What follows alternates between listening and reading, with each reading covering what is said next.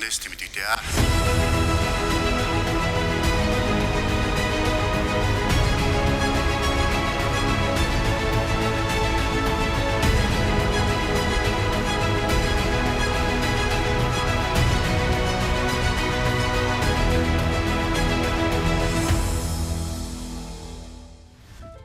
Зүүн 26 гишүүнтэй анхны парламентын үйл ажиллагааг таймлан хүргэдэг улсын хурал энэ 7 хоног тайм мэдээллийн хөтөлбөрийн шинэ дугаар үзэгч танд хүрэхэд бэлэн боллоо.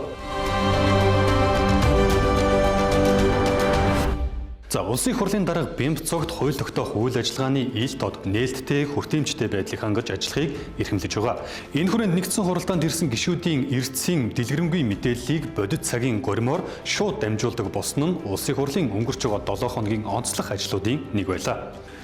За гишүүд харж байгаа хөтэ дэлгэцэн дээр чуулганы нэгдсэн хуралдаанд ирсэн гишүүдийг яг ирсэн цагийн дараалалаар цаг минутаар нь гаргадаг болсон байгаа. Цаашдаас яг санал хураалтыг ийм байдлаар гаргадаг болно. Ийм байдлаар чуулганы хуралдаанд хин хэдэн цагт ирсэн, хин ирээгүй байгаа. Өвчтөө чөлөөтэй гадаад дотоод томилолттой байгаа замун одоо санал хураалтанд оролцоогүй эрдсэндээ орчоо санал хураалтанд оролцоогүй гэх мэт мэдээлүүд бол иймэрхүү байдлаар олон нийтэд нээлттэй ил тод, за гишүүдэд бас одоо нээлттэй ил тод ийм байдлаас гардаг болж байгаа шүү гэдгийг бас гишүүдэд хэлье.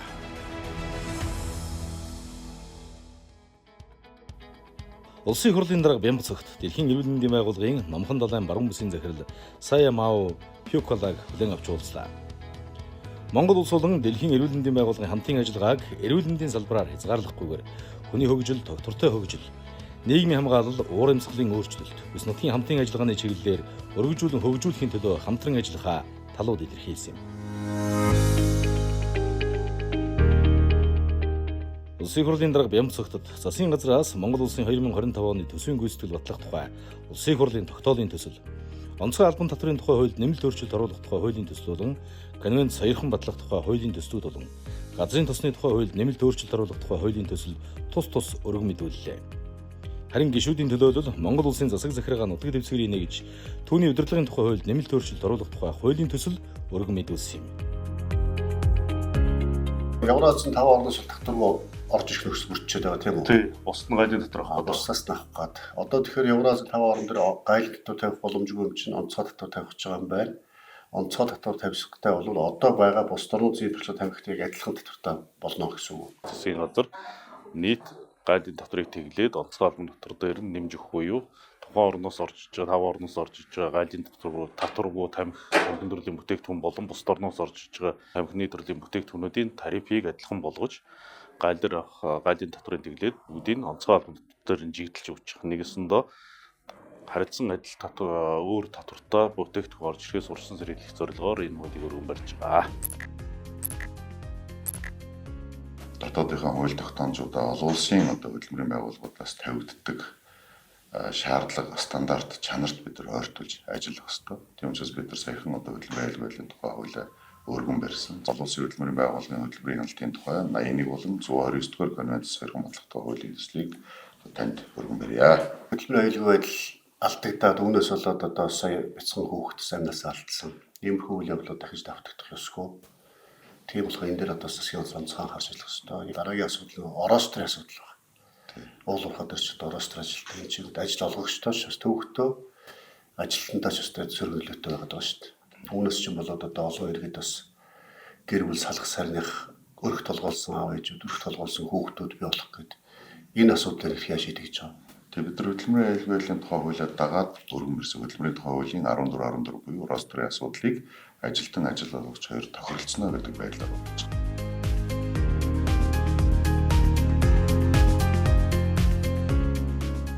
Монгол улсын засгийн газар их хурлаас шийдвэр гаргаж газрын тосны одоо боловсруулах алтан ширээгийн нэгт боловсруулах тогтолборыг барих шийдвэр гаргаж энтхийн одоо засгийн газрын нэг хөнгөлтэй зээлийн хүрээнд барилгын угсралтай ажил эд хөргөж байна.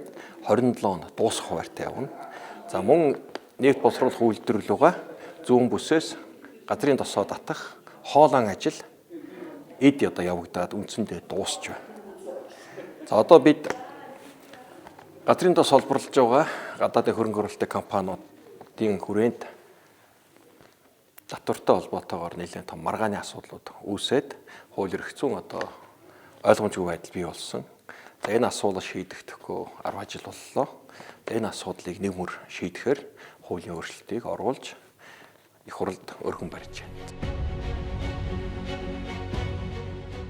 Улсын хурлын эдийн засгийн байнгын хорооны хуралдаанаар төрийн болон орон нутгийн өмчит компани бүтээмж ил тод байдал засаглалыг сайжруулах тухай хуулийн төсөл болон хамт өргөн мэдүүлсэн хууль тогтоолын төслүүдийн анхны хэлэлцүүлгийг явуулах үеэр улсын хурал дахь ардчилсан намын бүлэг ажлын 5 хоногийн завсрал авсан бол эдийн засгийн эрхчлөөний тухай хуулийн төсөл болон хамт өргөн мэдүүлсэн хуулийн төслүүдийн хэлэлцэхээс хэлэлцүүлгээс улсын хурал дахь Монгол Ардын намын бүлэг 5 хоногийн завсрал авсан.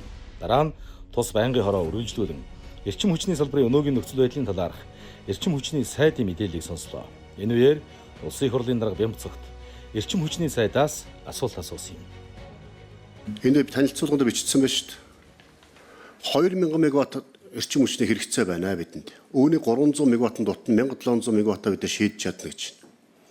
Энэ 300 мегаватт дутгах байгаа тог сумаар ивэл хэдэн сум 330 сум хэдийн таслах уу? Аймгаар 21 аймаг хэдийн таслах уу, хязгаарлах уу? Дүүргээр их юм л 9 дүүргийн хэдийн хязгаарлах уу? Ямархуу асуудал үүсэх гээд байгаа. Энийг ойлгомжтой тодорхой болгоод ярьчмаар шүү дээ. Үүнийг яаж шийдэх гэж байгаа шийдлээ тодорхой ярьчмаар шүү дээ. За энэ жил орох хүүсэр нь бол нэгдүгürt Сэлэнг аймагт өргөдөж байгаа 70 мегаваттын дулаан цахилгаан станц байгаа. За мөн хоёр дахь нь бүгд хятад ард улсаас импортлох боломж өрдүүлээд хуваарлах боломжийг бүтээж байгаа 80 мегаватт хүртэлх. За энэ хоёр нэмэгдээд өөр их үүсэр бидэрт яг дулаан цахилгаан станц байхгүй. Тэгэхээр тэрийг нөхөхийн тулд маш богино хугацаа бид нар ямар ажиллаж байгаа нэхээр 5 аймгийн нийт 220 мегаваттын хүчин чадалтай нарны их үүсвэр араас нь бас говийн бүсэд, баруун бүсэд, зүүн бүсэд маш богино хугацаанд хэрэгжүүлэхээр бас зарлахаар зэхэж байгаа. Гэр хөвл Улаанбаатарчууд болон одоо Монгол улсын иргэдийг хэрэглэгчдийг эрчим хүч хэрэглэгчдийг тогны хязгаарлалтанд оруулахгүй байх тодорхой үүрэг даалгавар өгсөн улсын хурлаас тогтоол гаргаж ирэх. Яг ийм байдлаар ийм ерөнхий байдлаар явмааргүй байна. Улсын хурлын төсвийн байнгын хорооноос зохион байгуулж байгаа нийслэлийн 2024-өөс 2026 оны төсвийн зарцуулалт хөрөнгө оруулалтын төслүүдийн хэрэгжилт холбогдох хууль тогтоомжид нийцсэн байдал сэдвт ерөнхий хяналтын сонсгол төрийн ордонд 2 өдрийн турш үргэлжилж өндөрлсөн нь өнгөрч байгаа 7 хоногийн бас нэгэн чухал үйл явдал байлаа.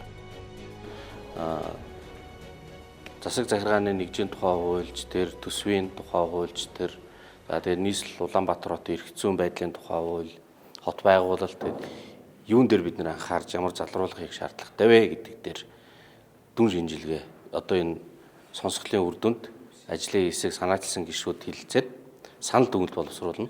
Санал дүгнэлт бол холбогдох байнгын ороодоор хэлэлцээд хэрвээ тогтоолын төсөл боловсруулбал улсын хурлын нэгдсэн жуулнаар орох байх.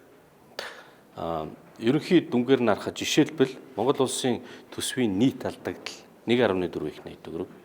Улаанбаатар хотын дараа жил рүү шилжиж өгөн тооцоод 2.4 их найт төгрөг. Тэгэхээр улсын төсвийн алдагдлаас өндөр алдагдал танд. Улсын төсвийн нийт хөрөнгө оруулалтаас илүү өндөр хөрөнгө оруулалт танд.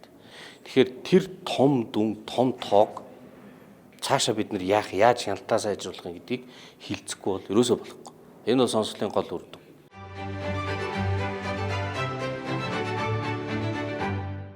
Зүүн 26 гишүүнтэй парламентын хаврын ээлжид чуулган тун удахгүй завсарлана. Чуулган завсарлах хүртэл олон чухал хуулийн төсөл хэлэлцэж батлах учиртай.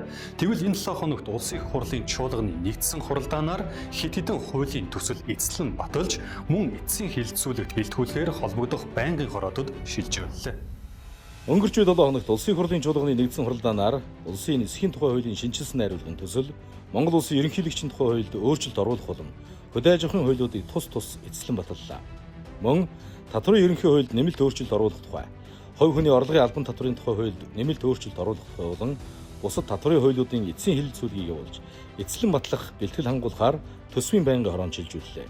Түүнчлэн 126 гишүүнтэй парламент чуулганы нэгдсэн хуралдаанаараа олон чухал хуулийн төслүүдийн анхны хэлэлцүүлгийг өрнүүлж хэд хэдэн цаг үеийн чухал хуулийн төслүүдийн хэлэлцэхээс хэлэлцүүлгийг өрнүүллээ.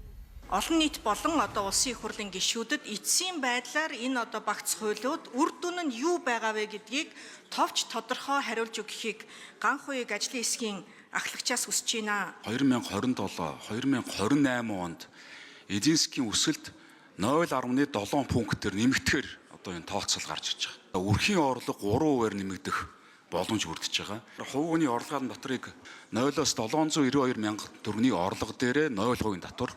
За 792-оос 2 сая төгрөгийн орлого дээрээ 1% татвар төлнө. За нөөтийн татвар бол аж ахуйн нэгжийн татвар болон хувийн орлогын татвараас бол арай өөр. Энэ юм гинжин татвар байдаг. Төрд сул зарах мөнгө бага байна гэдэг чинь тэнд авилга үүсэхгүй л гэдэг логиктэй. Иргэнд өөртөө зарах мөнгө байна гэдэг чинь тэнд бизнес рүүгээ хөрөнгө оруулалт хийж болно. Үр хөвгт рүүгээ хөрөнгө оруулалт хийж болно. Өөрийнхөө аз жаргалыг бүтээж болно гэдэг бас логиктэй. Ер нь татвар бол зөвхөн төсөв бүрдүүлэх үүрэгтэй биш. Эдийн засгад тэтгэх чудраг ёсыг тогтоох юм бас чиг үүрэгтэй. Хувийн хвшлээ иргэд аж ахуй нэгжээ эдийн засгийн хүндрэлтэй үед нь хэрхэн яаж дэмжих вэ? Карманд нүлт хэдэн цаасан яаж нэмэгдүүлэх вэ? Аж ахуй нэгжийн бизнесийн идэвхжлийг яаж нэмэгдүүлэх вэ гэсэн агуулгаар л сая засгийн газрын хуулиудыг оруулж ирсэн. Хууль хоорондын зөрчил хийдэлээс болоод ингээд иргэд аж ахуй нэгжүүд тохирч байгаа олон жилийн маргаан үргэлжлээд үүнээсээ болоод тэд нар буруутан болж байгаа асуудлыг хэрхэн яаж шийдэх юм бэ? Энэ яриус яригдахгүй байна. Энийг тав хүмүүс анхаарад ямар шийдэл байх юм бас нэг танилцуулаарай.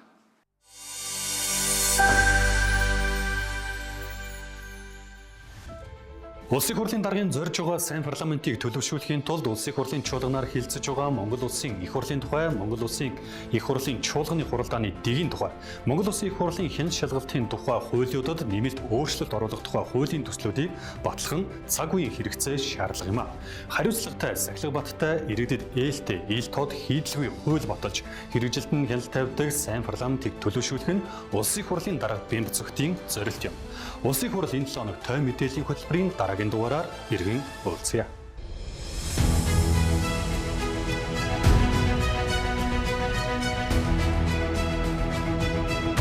Чуулганы хуралдаа нээстэй мэдэгдээ.